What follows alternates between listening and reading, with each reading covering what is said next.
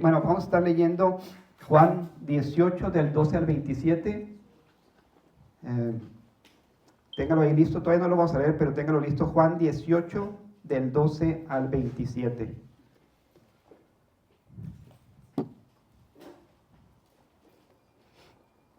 Ustedes recordarán que estudiamos la semana pasada Juan del 18, del 1 al 11, fue lo que estuvimos revisando la semana pasada. Y voy a hacer un pequeño recordatorio para poder introducir a este texto.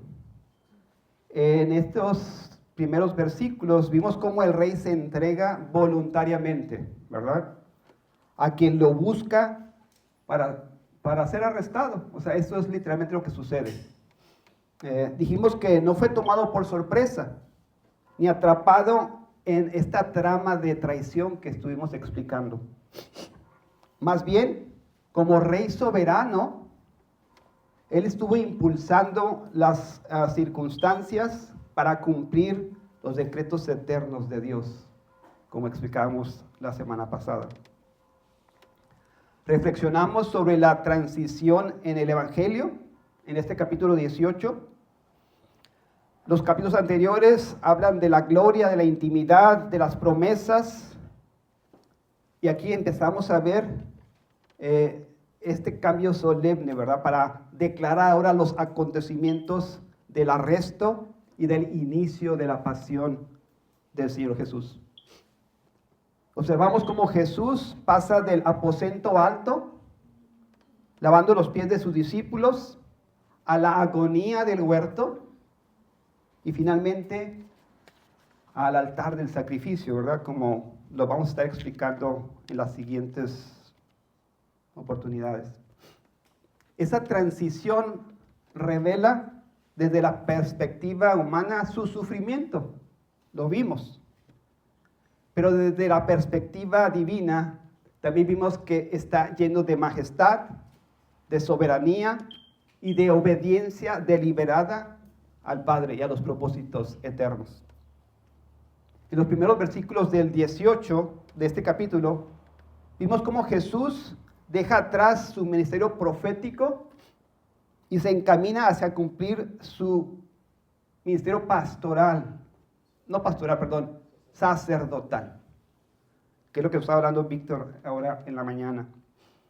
En cierto sentido, dijimos que las enseñanzas o las ideas, las predicaciones pasan ahora a la acción, ¿verdad? Y vimos en lo que relata los primeros versículos cómo actúa para proteger a sus discípulos. Al cruzar el valle del Cedrón, lugar que dijimos está asociado a sangre sacrificial, Jesús entra al huerto de Getsemaní, su sitio habitual de oración.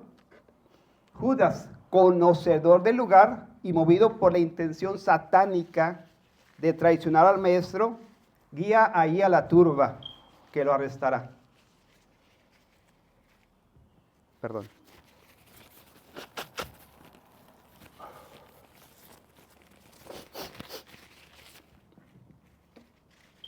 Esto nos muestra que el plan estratégico detrás del arresto no fue trazado por Judas, como algunos pudieran pensar, sino que Jesús mismo, quien decidió, es quien decide, y es quien orquesta ir al huerto, porque él sabía, dijimos, que Judas sabía que iba a estar ahí. Entonces podemos ver cómo Jesucristo orquesta su encuentro con Judas. Esto subraya su entrega voluntaria.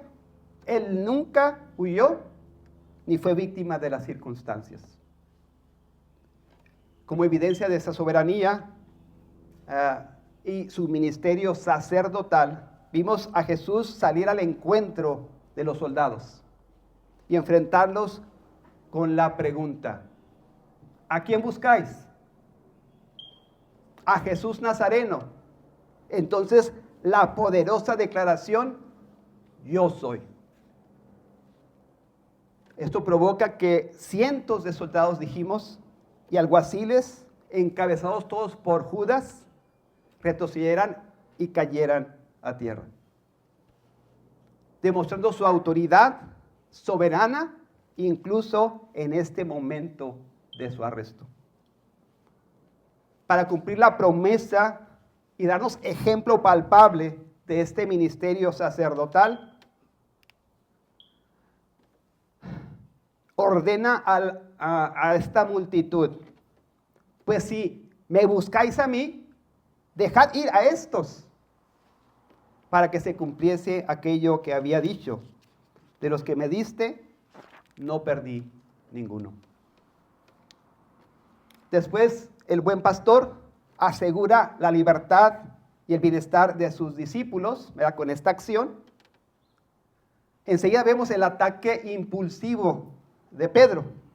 Saca la espada y corta la oreja de Malco, que era siervo del sumo sacerdote. Este acto es reprendido por Jesús, quien le ordena que guarde su espada. Y dijimos que sin la intervención de Jesús, Pedro probablemente hubiera sido arrestado o incluso muerto por la espada de algún soldado.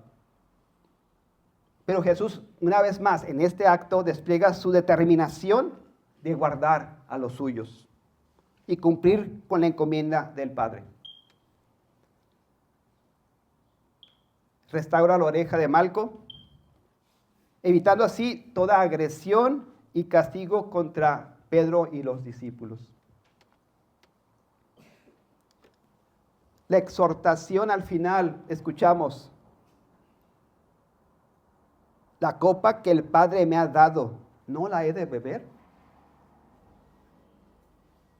La copa representa, dijimos, el juicio divino y este sufrimiento atribuible a nosotros que absorbió Jesucristo para salvarnos de la ira de Dios. Jesús la abraza voluntariamente, subrayando, ¿verdad?, enfatizando el propósito de su misión de redimir a los suyos. Entonces él insiste en que solo él sea arrestado y que deje libre a sus discípulos, porque sabía que no estaban preparados, como lo vamos a evidenciar en la negación de Pedro. Él estaba salvaguardando la integridad física, sí, pero al mismo tiempo la integridad espiritual de Pedro y los discípulos, porque sabía que aún no estaban listos. Concluimos la semana pasada destacando que en el capítulo 18 no marca el inicio de una tragedia, sino despliega esta victoria a la que nos aferramos, a la que celebramos, esta victoria eterna del Señor Jesucristo. El camino de Jesús hacia la cruz se presenta como una senda de gloria, donde la aparente derrota se convierte en el medio por el cual Dios reconcilia a los suyos. Esto, dijimos, nos llama a nosotros, los creyentes, a imitar el ejemplo de Cristo en el sufrimiento fiel, bebiendo la copa que el Padre nos da con esperanza y con confianza, sabiendo que la obra redentora de Jesús continúa sosteniéndonos, como lo escuchábamos hoy en la mañana, y protegiéndonos. Leamos ahora Juan 18, del 12 al 27.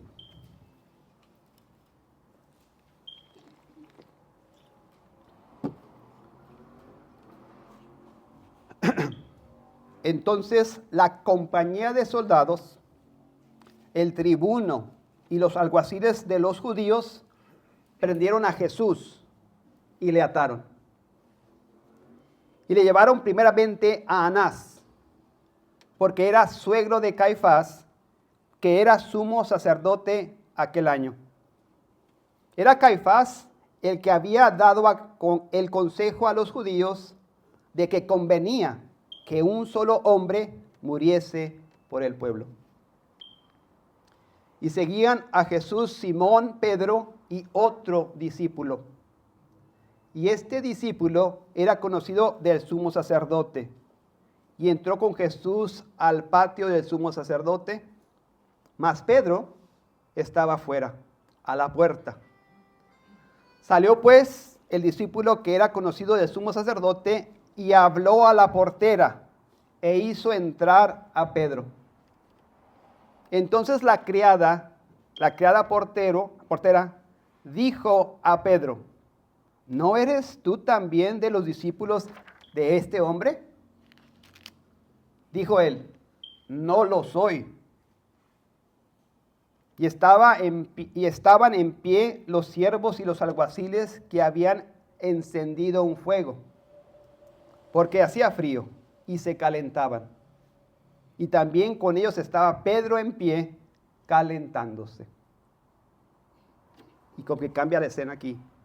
Y el sumo sacerdote preguntó a Jesús acerca de sus discípulos y de su doctrina. Jesús le respondió: yo públicamente he hablado al mundo. Siempre he enseñado en la sinagoga y en el templo, donde se reúnen todos los judíos, y nada he hablado en oculto. ¿Por qué me preguntas a mí? Pregunta a los que han oído, ¿qué les haya yo hablado? He aquí, ellos saben lo que yo he dicho. Cuando Jesús hubo dicho esto, uno de los alguaciles que estaba allí le dio una bofetada, diciendo: ¿así respondes al sumo sacerdote? Jesús le respondió: si he hablado mal, testifica en qué está el mal. Y si bien, ¿por qué me golpeas? Anás entonces le envió atado a Caifás, el sumo sacerdote. Estaba pues Pedro en pie, calentándose. Y le dijeron: ¿no eres tú de sus discípulos? Él negó y dijo: no lo soy. Uno de los siervos del sumo sacerdote, pariente de aquel a quien Pedro había cortado la oreja, le dijo: ¿no te vi yo en el huerto con él? Negó Pedro otra vez, y enseguida cantó el gallo. Vamos a orar.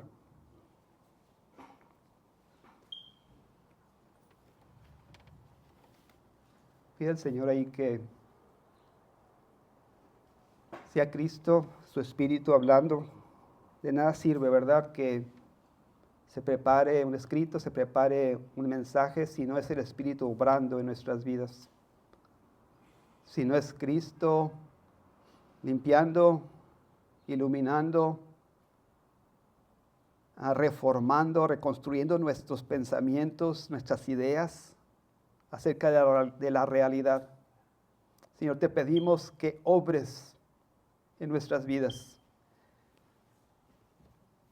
que podamos ver la verdad, la realidad, como tú la presentas. Queremos aprender la verdad de Dios. Queremos vivir de acuerdo a estas verdades. Te ruego, Señor, que ilumines nuestras mentes, que abras nuestros corazones para que podamos recibir deseosamente, Señor, con hambre y con sed, tu palabra, para que podamos vivir por ella, para que podamos subsistir por ella, Señor. Sea esto en esta iglesia, en cada uno de nuestros corazones y de nuestras mentes. En el nombre de Cristo Jesús. Amén. Versículo 12. Entonces la compañía de soldados, el tribuno y los alguaciles de los judíos, prendieron a Jesús y le ataron. La narrativa de hoy comienza con el arresto de Jesús por parte de los soldados. Esto es, la corte romana su comandante, que es este tribuno que mencionan ahí, y la policía del templo, que son los alguaciles, ¿verdad? Compuesta por siervos de los sacerdotes. Juan nos dice que arrestaron a Jesús y que lo ataron. Muy probablemente grilletes o algún tipo de amarre para sostenerlo. Por primera vez en su ministerio terrenal, no vemos a Jesús como un actor libre, sino como alguien que se somete voluntariamente, permitiendo que sus enemigos hagan lo que deseen. Su hora había llegado, como dijimos la semana pasada. Quedó atado a aquel que había de venir al mundo para traernos libertad a nosotros. Fue atado a fin de que pudiéramos ser nosotros liberados de nuestros pecados. Este momento marca el inicio de su sufrimiento como siervo obediente y no como víctima indefensa, sino como el cordero que se entrega por amor, cumpliendo el plan eterno de redención. Ambos grupos, los soldados romanos y la policía del templo, fueron testigos de la demostración del poder divino de nuestro Señor Jesús, cuando retrocedieron y cayeron a tierra. También sabemos por Lucas que presenciaron el milagro de la sanación de Malco. Sin embargo, ambos grupos permanecieron estoicos e indiferentes, como si no hubieran visto nada fuera de lo común. Proseguieron fríamente con esta tarea mezquina. Dice el texto, prendieron a Jesús y le ataron. Este momento revela la naturaleza del corazón humano frente a la gloria divina. A pesar de la evidencia de poder y la compasión de Jesús, sus enemigos no se detienen. La luz brilla en medio de esas tinieblas, pero las tinieblas no lo comprenden. Jesús, el Hijo de Dios, está tratando o está siendo tratado como un criminal, encadenado como un malhechor, mientras que se somete voluntariamente al plan de su Padre. 13. Y le llevaron primeramente a Anás, porque era suegro de Caifás, que era sumo sacerdote aquel año. Ningún otro evangelista, excepto Juan, menciona este primer interrogatorio ante Anás. Los comentaristas sugieren que lo hicieron así con la intención de dar tiempo para que el Sanedrín convocara a sus miembros a una junta extraordinaria, en la cual Caifás interrogaría al Señor Jesús, porque eso pasa después. Otros argumentan que dado que el nombramiento de sumo sacerdote era considerado vitalicio por los judíos, Anás aún era reconocido como tal, como sumo sacerdote. Por esa razón, primeramente le llevan a Anás. Parece que en este caso Anás, tras haber sido destituido del cargo, según señala MacArthur, vivía en el mismo palacio junto a su yerno Caifás, a quien asesoraba y aconsejaba en el ejercicio de estas funciones. Su edad y experiencia, la de Anás, lo hacían el patriarca en el poder. O sea, estaba Caifás, pero Anás seguía siendo la persona a menos intelectual, ¿verdad?, detrás del poder. La historia dice que sus hijos y ahora su yerno habían ocupado estos puestos. Y eso le permitía influir en las decisiones políticas y religiosas, aún estando fuera del cargo. Él siguió siendo por mucho tiempo la mente gobernante del Sanedrín. Era el miembro principal de la maquinaria jerárquica judía. Y generalmente, hermanos, para que una persona sea cabecilla, aunque sea virtualmente, de alguna dinastía de este tipo, hace falta que sea manipulador. Así era Anás. 14. Era Caifás el que había dado el consejo a los judíos de que convenía que un solo hombre muriese por el pueblo. Este comentario, que es parentético de Juan, nos permite ver cómo Dios, en su soberanía, utiliza incluso a los grandes malvados de este mundo. Hitler, Napoleón, María la Sanguinaria, como instrumentos de su voluntad. Hachas, sierras y martillos para llevar a cabo su obra y edificar su iglesia, aunque ellos mismos no tengan la menor idea de lo que está sucediendo. Aquí, Caifás, sin saberlo, está alentando el gran sacrificio por los pecados del mundo. Su intención era política y religiosa, inclusive personal, pero Dios la convierte en parte del cumplimiento de su plan eterno de redención. Este pasaje nos recuerda que incluso en medio de la oposición más feroz, Dios sigue obrando. Nada escapa a su control. La cruz no fue un accidente, sino una obra maestra de soberanía divina, donde el mal fue vencido por el bien y la muerte fue vencida por la vida. Si se pone a pensar, hermanos, sufrir por aquellos a quienes amamos y que en cierto sentido son dignos de nuestros sentimientos, es un sufrimiento comprensible. Someternos al maltrato en silencio cuando no podemos hacer otra cosa es una sumisión sabia y prudente. Pero sufrir cuando se puede evitar y hacerlo por un mundo de pecadores incrédulos e impíos,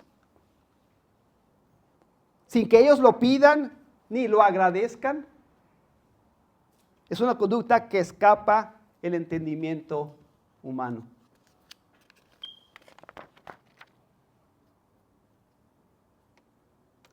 Jesús sí fue prendido y llevado a rastas ante el sumo sacerdote, pero no por su debilidad, sino porque había tomado la determinación de salvarte a ti, cargando tus pecados, siendo tratado como un pecador y castigado en tu lugar. Se convirtió en prisionero por su propia voluntad para que pudieras tú ser libre. Fue procesado y condenado voluntariamente para que tú fueras absuelto y declarado inocente. Como dice la Escritura, por amor a ti, lo estoy personalizando, por amor a ti se hizo pobre, siendo rico, para que tú con su pobreza fueras enriquecido. Al que no conoció pecado, por ti lo hizo pecado, para que tú fueras hecho justicia de Dios en Cristo Jesús. porque también Cristo padeció una sola vez por tus pecados. El justo sufrió por ti, que eras injusto, para llevarte a Dios. Esa es la grandeza de lo que estamos viendo. Este es el grado de entrega y de sacrificio de nuestro Señor Jesucristo. En estos siguientes versículos vamos a ver básicamente 3 escenas. Juan nos quiere proyectar el contraste entre la cobardía de Pedro y la valentía de Jesucristo. Van a ser 3 actos, si estuviéramos pensando como en una obra, porque casi que está narrada de esa manera, como una novela. Primer acto, la cobardía de Pedro cuando su vida no corría peligro. Segundo acto, la valentía de Jesús enfrentando al hombre más poderoso entre los judíos. Y tercer acto, la negación de Pedro ante criados y siervos que no tenían poder para dañarlo. Juan quiere que observemos el contraste de la cobardía, lo peor de la humanidad, contra lo mejor de Dios. La cobardía de Pedro, o les queríamos decir de otra manera, la valentía de Jesucristo sobrepuesta, ¿verdad?, en la oscuridad de la cobardía de Pedro. Este contraste no es casual, sino intencional. Juan nos muestra que mientras Jesús se mantiene firme,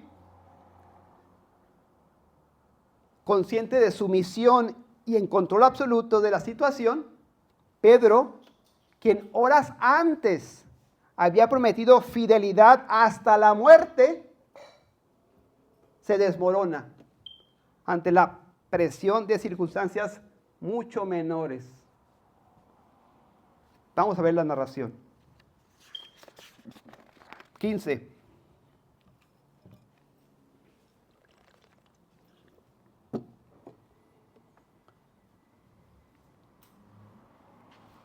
Y seguían a Jesús Simón Pedro y otro discípulo. Y este discípulo era conocido del sumo sacerdote y entró con Jesús al patio del sumo sacerdote. Juan nos deja ver que en este primer acto que Simón Pedro seguía a su maestro, aunque a cierta distancia. Observamos que el otro discípulo entró con Jesús al patio, mientras que Pedro se quedó atrás.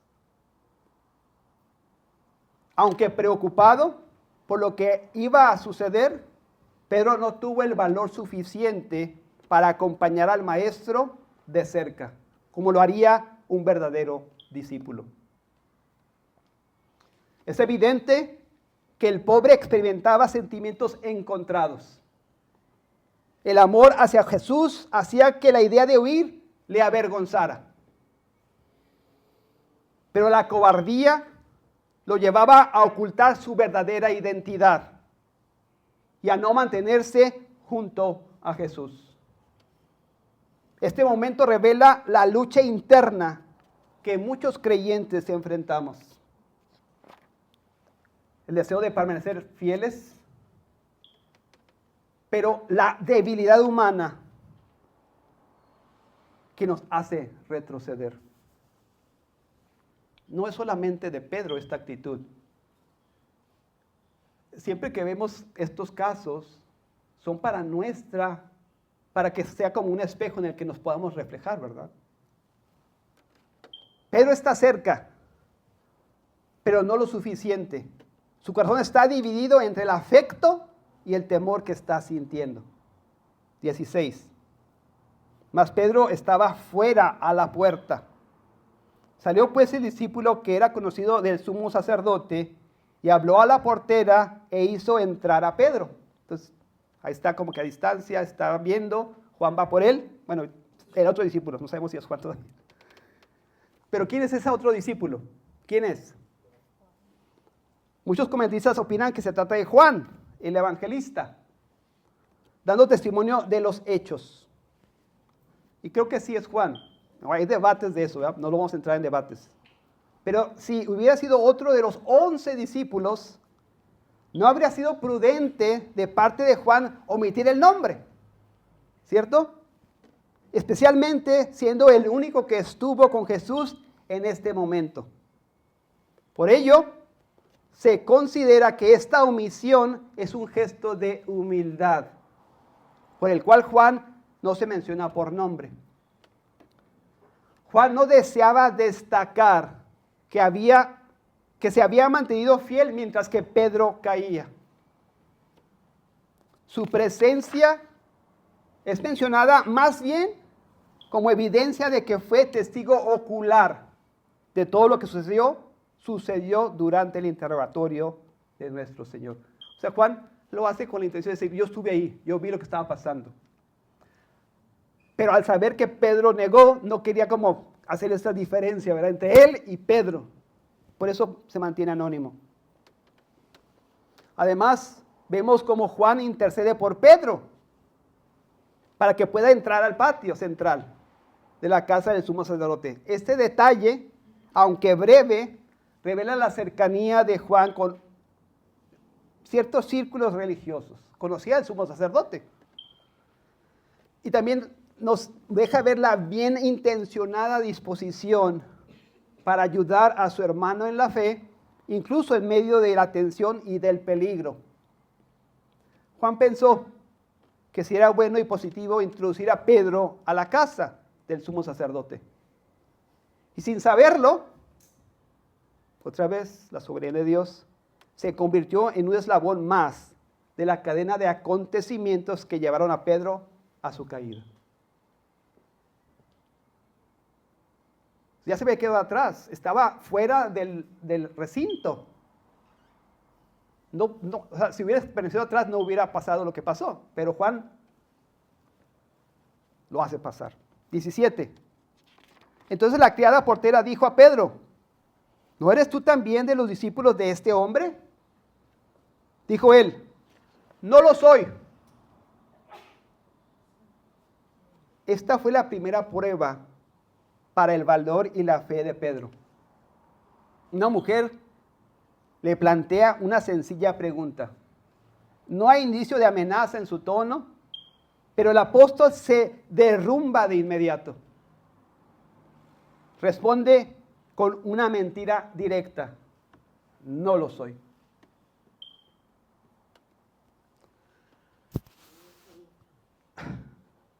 Hace unas horas, unos 12 horas aproximadamente, había dicho, voy a ir hasta la muerte.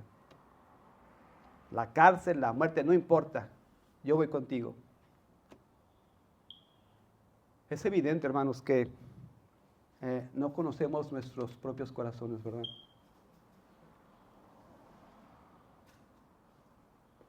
Pedro había afirmado que tal negación era imposible. Era imposible. ¿Cómo? No, Señor, es imposible. Y él estaba convencido de eso. 12 horas después, ante una criada, ante una sierva, se derrumba.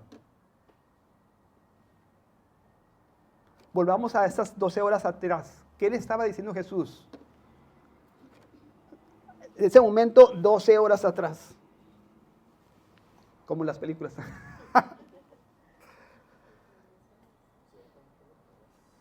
Durante la institución de la Santa Cena, uno de los momentos más sagrados de la historia de la cristiandad, hubo entre los discípulos una disputa sobre quién sería el mayor.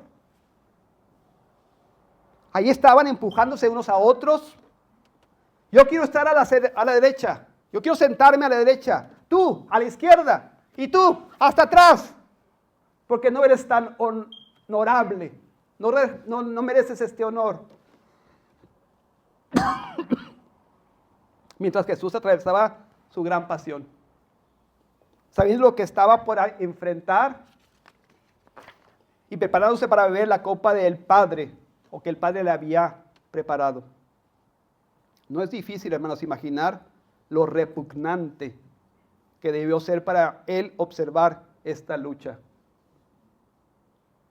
por el lugar de honor de sus seguidores. Y conociendo a Pedro, no dice el texto, podemos imaginar que fue parte activa de esta disputa. Y más, porque el Señor le dice en ese mismo pasaje, especialmente a él,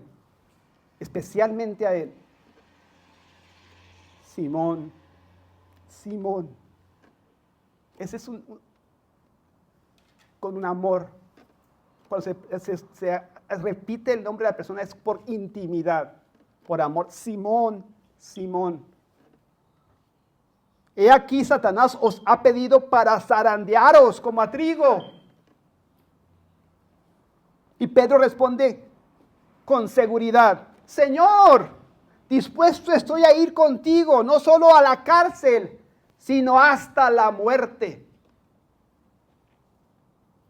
Entonces Jesús le advierte, Pedro, te digo que el gallo no cantará hoy antes que tú niegues 3 veces que siquiera me conoces. La imagen que usa Jesús es muy gráfica. El Señor le dice a Pedro, vas a ser pasado por diríamos ahora, por la trilladora. Vas a ser cernido con violencia entre 2 sedazos, 2 rejillas. Vas a ser golpeado hasta que se separe el trigo de la paja.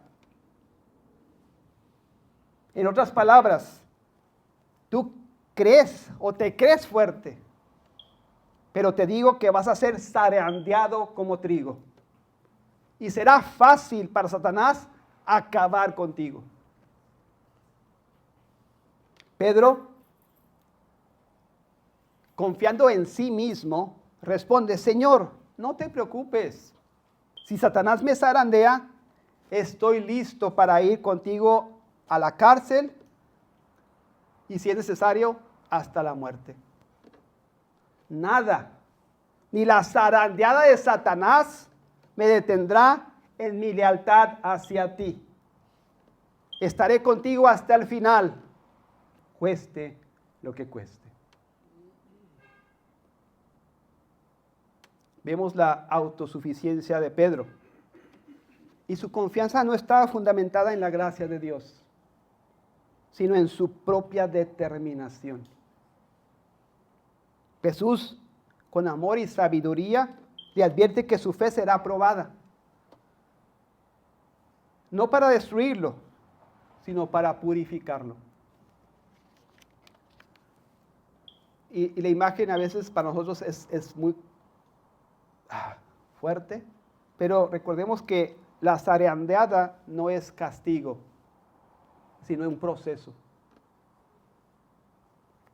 No es abandono de Dios, sino preparación para nuestras vidas. Pedro aún no lo entiende, pero pronto descubrirá que su fuerza no es suficiente. Y que solo la intercesión de Cristo puede sostenerlo. El ministerio sacerdotal de Jesús. Volvamos a la escena. Versículo 17. Una criada portera sin autoridad ni fuerza para agredir a Pedro le hace una sencilla pregunta. ¿No eres tú también de los discípulos de este hombre? Observe la palabra también. ¿No eres tú también? Juan nos advierte que él, quien acompañaba a la criada, ya había sido identificado como discípulo. No sé si lo ve. ¿No eres tú también como este que tengo a un lado de los discípulos de este hombre? O sea, la pregunta sería, ¿no eres tú también como Juan de los discípulos de este hombre? O sea, Pedro no estaba solo. O sea, no estaba contra la pared, había otra persona que ya había sido identificado como discípulo de Jesucristo. Y Pedro responde, no lo soy, no lo soy. ¿Qué pasa con Pedro?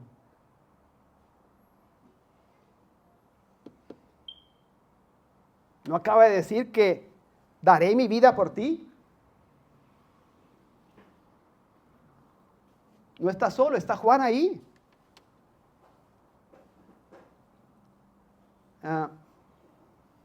¿Qué le ha sucedido para que no resista ni siquiera la pregunta de una portera? Se paniqueó. ¿Acaso la interrogación fue por medio de la fuerza a un soldado? ¿Es uno de los que prendieron a Jesús? No, es una humilde portera.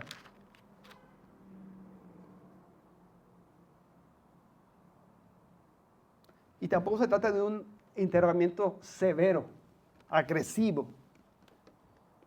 No. Ella dice, ¿no eres tú también de los discípulos de este hombre? O sea, no dice, ¿no eres tú de los impostores? ¿No eres tú también discípulo de ese impostor? O sea, no lo agrede. Dice, de ese hombre. Una expresión que incluso podría denotar respeto o compasión. Sin embargo, Pedro no puede soportar ni siquiera esas palabras. Es un recordatorio para nosotros de que no es la magnitud de la amenaza, hermanos, lo que nos hace caer, sino la falta de dependencia en la gracia y el poder de Dios. Eso es lo que nos hace caer. Cuando creemos que podemos sin Dios en nuestras propias fuerzas. Cuando creemos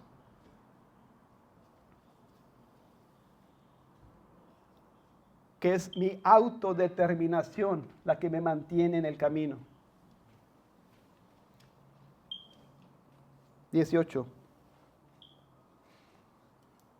Y estaban en pie los siervos y los alguaciles que habían encendido un fuego, porque hacía frío y se calentaban. Y también con ellos estaba Pedro en pie, calentándose. El verbo aquí empleado transmite la idea de un acto que se prolonga durante cierto tiempo.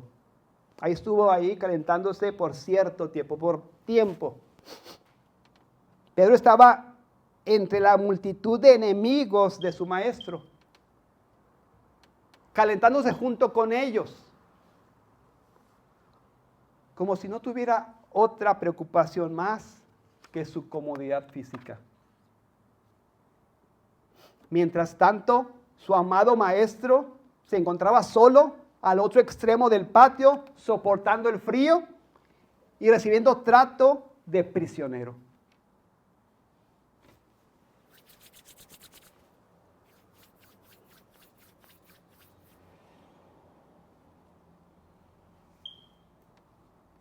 ¿Acaso podemos poner en duda que, movido por su miserable cobardía, Pedro deseaba hacerse pasar por uno más del grupo que aborrecía a Jesús?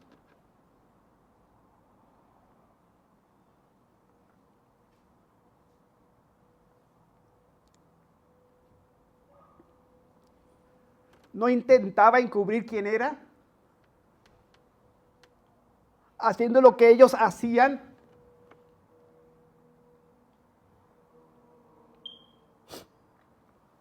Su cuerpo busca calor, pero su corazón está helado por el temor y la culpa.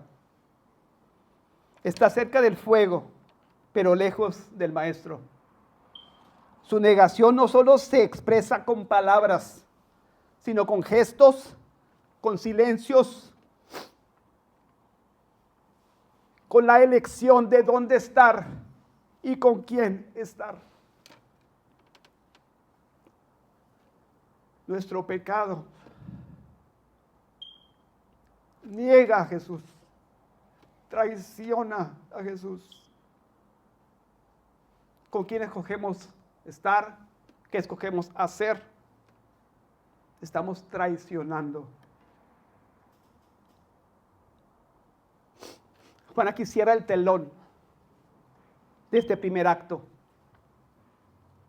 Y ahora va a cambiar su enfoque a las condiciones y acontecimientos que le están sucediendo a Jesús, contrastando la cobardía de Pedro con la valentía y determinación de Jesús. El sumo sacerdote preguntó a Jesús acerca de sus discípulos y de su doctrina. Este versículo describe el primer interrogatorio eclesiástico al que fue sometido nuestro Señor.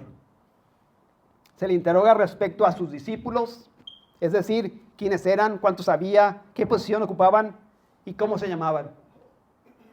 También se le pregunta acerca de su doctrina, cuáles eran las principales ideas o verdades que enseñaba y qué era lo que pedía a los hombres que creyeran. Se le pregunta de su doctrina, se le pregunta de sus discípulos. Y la finalidad de este interrogatorio preliminar es evidente, ¿verdad? Buscaban encontrar a Jesús o arrancarle una confesión que pudiera acusarlo de herejía ante Caifás y el Sanedrín. Aquí se revela no solo la estrategia de sus enemigos, sino también la serenidad y firmeza de Jesús ante esta injusticia. Él no se retracta, no se esconde y no niega a sus discípulos ni su mensaje. En medio de la oscuridad brilla la luz con mucha intensidad. 20 y 21. Se me está acabando el tiempo. Jesús le respondió: yo públicamente he hablado al mundo. Siempre he enseñado en la sinagoga y en el templo, donde se reúnen todos los judíos. Y nada he hablado en oculto. ¿Por qué me preguntas a mí?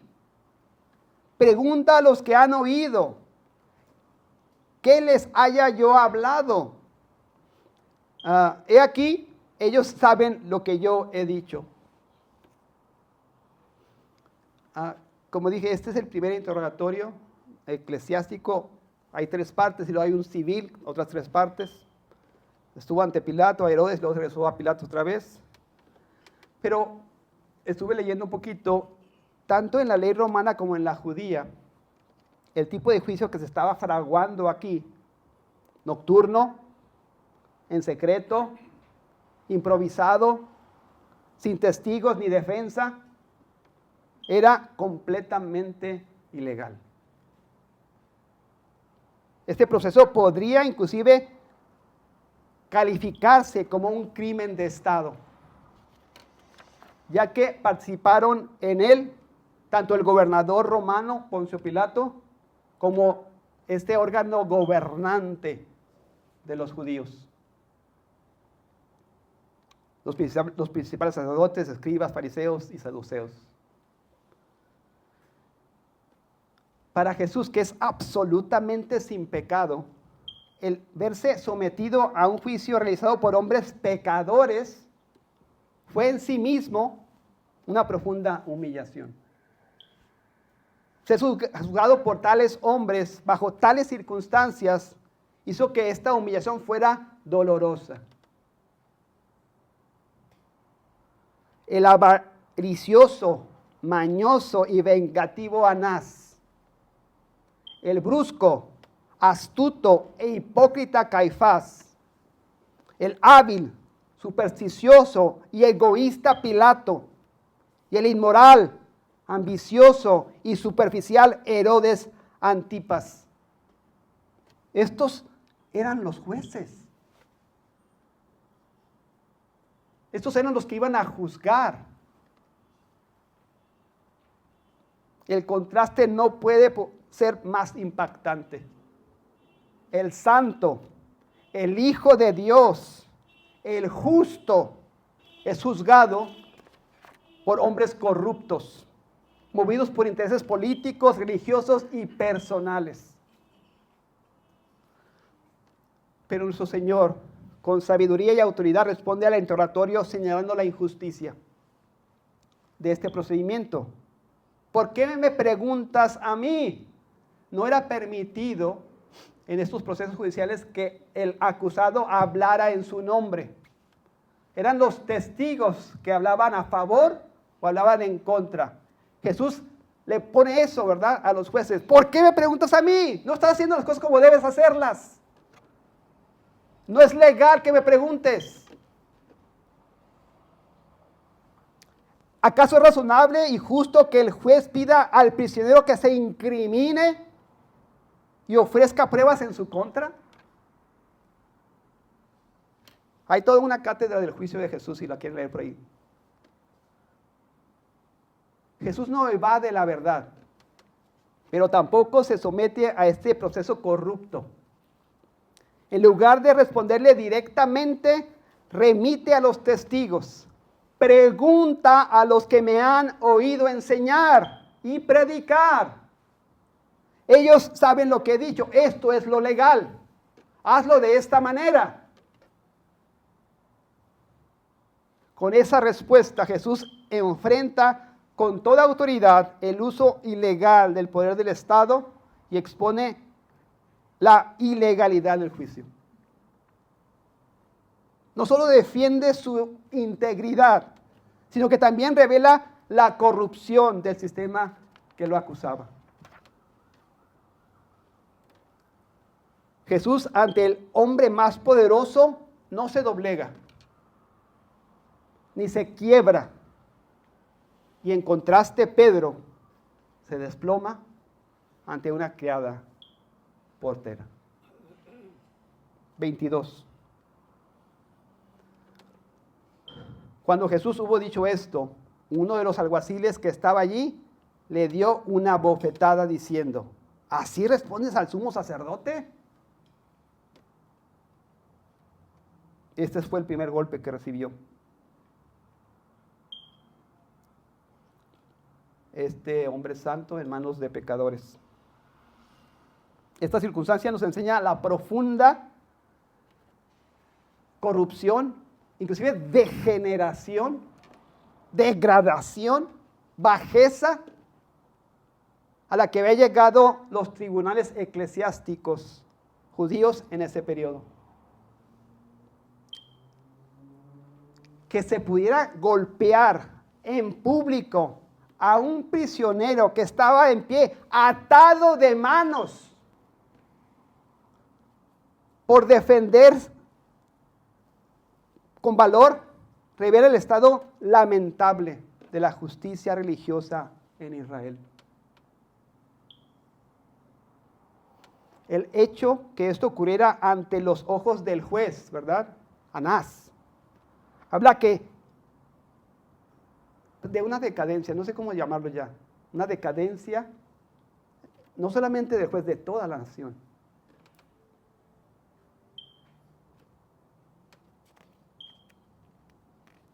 Está claro que si algo como esto pudiera suceder, toda la nación estaba corrupta hasta la médula. 23. Jesús le respondió: si he hablado mal, testifica otra vez, hazlo legalmente. No me golpees. ¿En qué está el mal? Y si bien, ¿por qué me golpeas?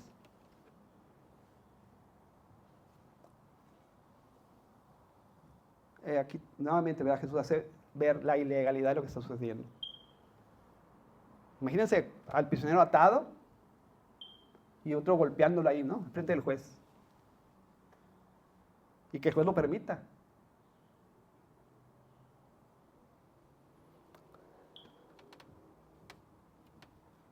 Jesús le estaba diciendo a este siervo que lo golpea: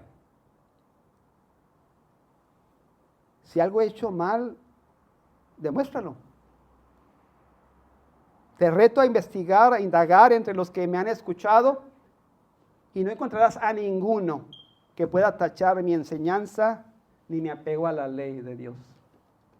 Jesucristo era irreprensible. 24. Anás entonces le envió atado a Caifás, el sumo sacerdote. Desde el punto de vista de Anás, esta investigación preliminar no había tenido éxito, ¿verdad? No pudo sacar lo que quería sacar. No había ninguna prueba para acusarlo. Simplemente, como decían los comentaristas, se usó por un tiempo para dar oportunidad al gobierno o al Sanedrín a que se juntaran, ¿verdad? Se convocó, imagínense, en la noche, y voy a buscar a los sacerdotes para todos lados para hacer esta reunión extraordinaria. Entonces, para dar tiempo a eso, pues se lo dieron a Anás para que empezara ese interrogatorio y dar tiempo a que se hiciera la reunión.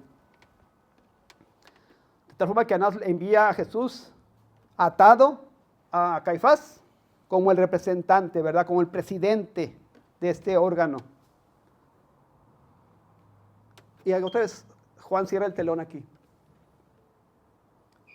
Y nos regresa a la escena de Pedro cuando se estaba calentando. Vean el 25. Estaba pues Pedro en pie calentándose. Y le dijeron: ¿no eres tú de sus discípulos? Él negó y dijo: no lo soy. Aquí llega la segunda prueba de Pedro. Fue reconocido por los enemigos de Jesús mientras intentaba pasar desapercibido entre ellos, en ese grupo. Uno del grupo de los que se calentaban en ese fuego le preguntó: ¿no eres tú de sus discípulos?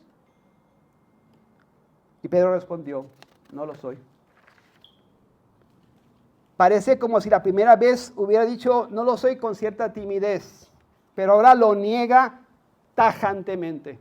Eso lo vemos, va escalando estas negaciones. Juan no nos narra de esa manera, pero los evangelios nos dan esa luz también. Su negación se vuelve más firme, más enfática, como si intentara borrar cualquier sospecha. 26.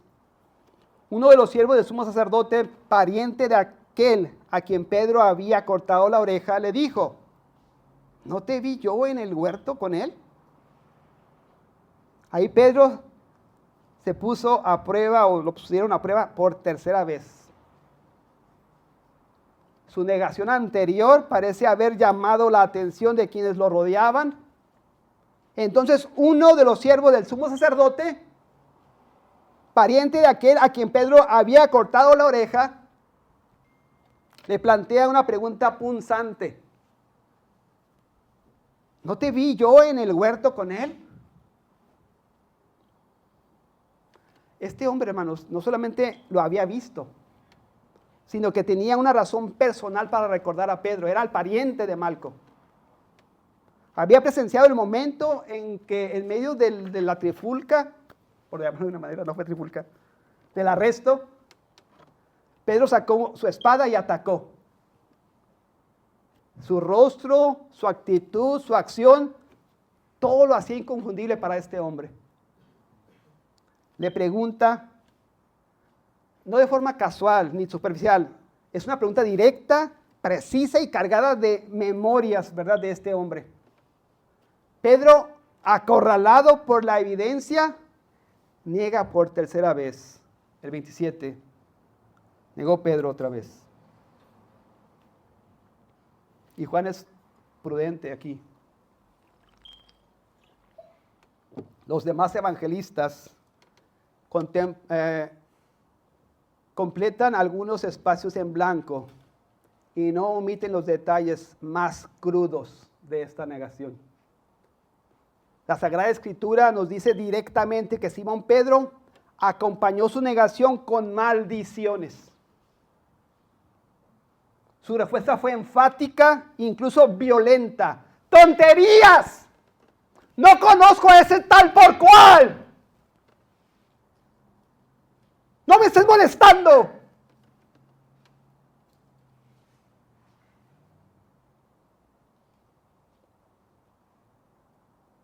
Así de contundente Fue su tercera negación. En el mismo instante que esas palabras escaparon de los labios de Pedro, hubo un sonido que irrumpió la quietud, ¿verdad?, de ese amanecer. Y enseguida cantó el gallo, dice el texto.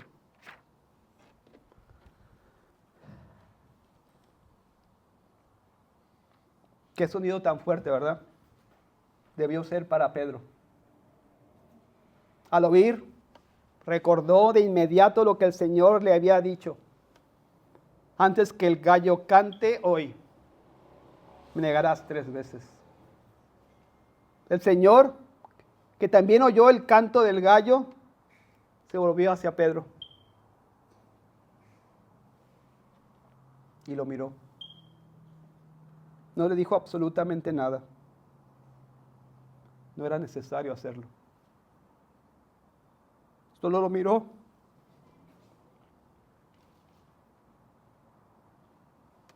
¿Puede imaginar eso?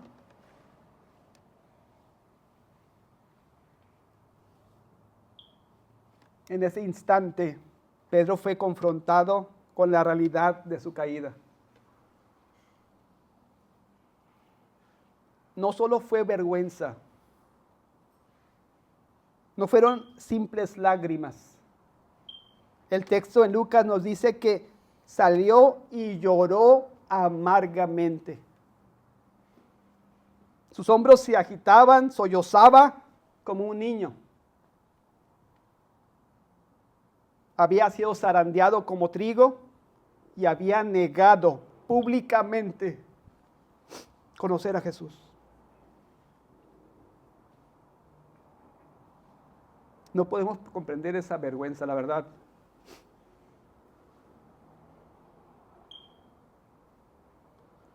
Pero no es raro que los cristianos se avergüencen de Jesús. A veces queremos ser creyentes de bajo perfil, cristianos de secreto, ¿verdad? Del servicio secreto, para que nadie nos identifique con este hombre santo.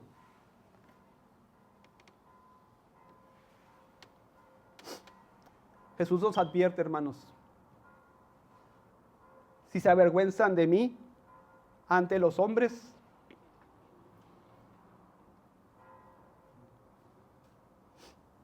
yo me avergonzaré de ustedes ante mi Padre.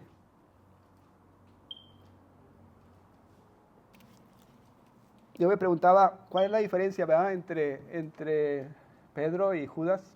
Víctor aludió a eso en la mañana también.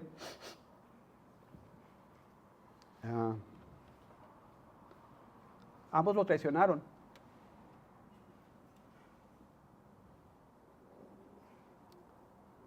Estos 2 hombres, hermanos, caminaron con Cristo, comieron con Él, oyeron su voz, vieron sus milagros, sintieron el calor de su presencia. Y al llegar la hora más oscura, ambos le fallaron. Pedro le negó, Judas lo traicionó. 2 hombres, el mismo maestro, el mismo pecado, negar a Jesús. Pero 2 finales distintos, uno restaurado y otro destruido. La pregunta, no solo histórica, sino para nuestra edificación espiritual. ¿Por qué Pedro fue perdonado y Judas no? ¿Qué diferencia sus lágrimas? ¿Qué distingue el llanto del arrepentido del llanto del condenado? Pedro y Judas estuvieron bajo la misma luz. Ambos encontraron la misma, o escucharon la misma predicación. Recibieron el mismo amor. Fueron testigos de la misma gloria. Pero el corazón de Pedro, hermanos, y espero que el de usted, aunque débil, fue regenerado. El de Lucas nunca, perdón, el de Judas nunca lo fue. Jesús mismo lo dijo, Juan 6:70. ¿No os he escogido yo a vosotros los 12, incluyendo a Judas, y uno de vosotros es diablo? Desde el principio, hermanos, Judas caminó con Cristo, pero no estaba en Cristo. Su corazón había sido transformado. La gracia externa del llamado al apostolado nunca se convirtió en la gracia interna de un nuevo nacimiento. Así es el Evangelio. El mismo mensaje que salva a unos, endurece a otros. No porque el Evangelio falle, sino porque el corazón humano, sin la obra del Espíritu Santo, lo rechaza. Mateo dice que Judas se arrepintió, pero usa una palabra griega que solo significa remordimiento y no conversión. Judas sintió culpa, lamentó lo hecho, pero su mirada nunca se volvió a Cristo. Fue al templo, si lo recuerdan, no a la cruz. Confesó su pecado a los sacerdotes, no al Salvador. Y cuando vio que no había salida, se ahorcó. Pedro también lloró. Pero sus lágrimas no fueron de desesperanza, sino de quebranto. No se alejó para morir, sino para esperar. Esperar en aquel que un día le había llamado del mar, que ahora volvería a llamarlo desde la tumba vacía. Aquí está el corazón de todo el misterio, lo decía Víctor en la mañana. Jesús le dijo a Pedro: Simón, Simón, Satanás os ha pedido para zarandearos como a trigo. Y esta es la diferencia. Pero yo he rogado por ti, para que tu fe no falte.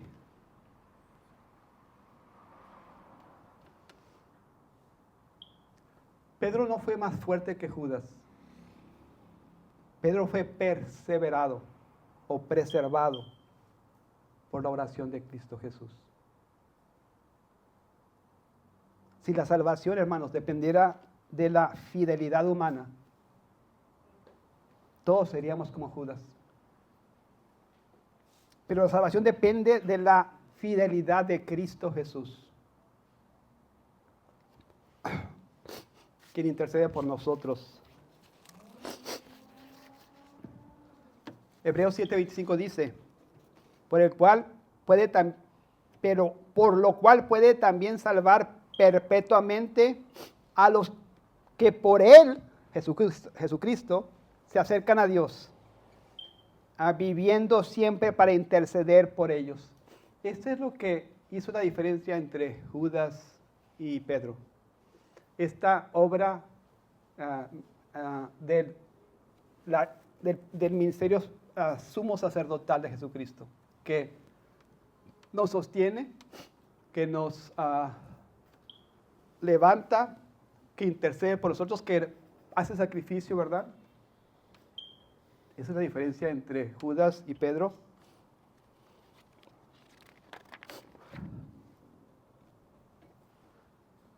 Hermano, cuando caigas, porque vas a caer, recuerda esto: no huyas de Cristo como Judas. Corre hacia Él como Pedro. No importa cuán profunda sea tu vergüenza. Si Cristo te ha amado, Él te restaurará. Porque la salvación no depende de la firmeza de tus promesas, sino de la firmeza de su oración.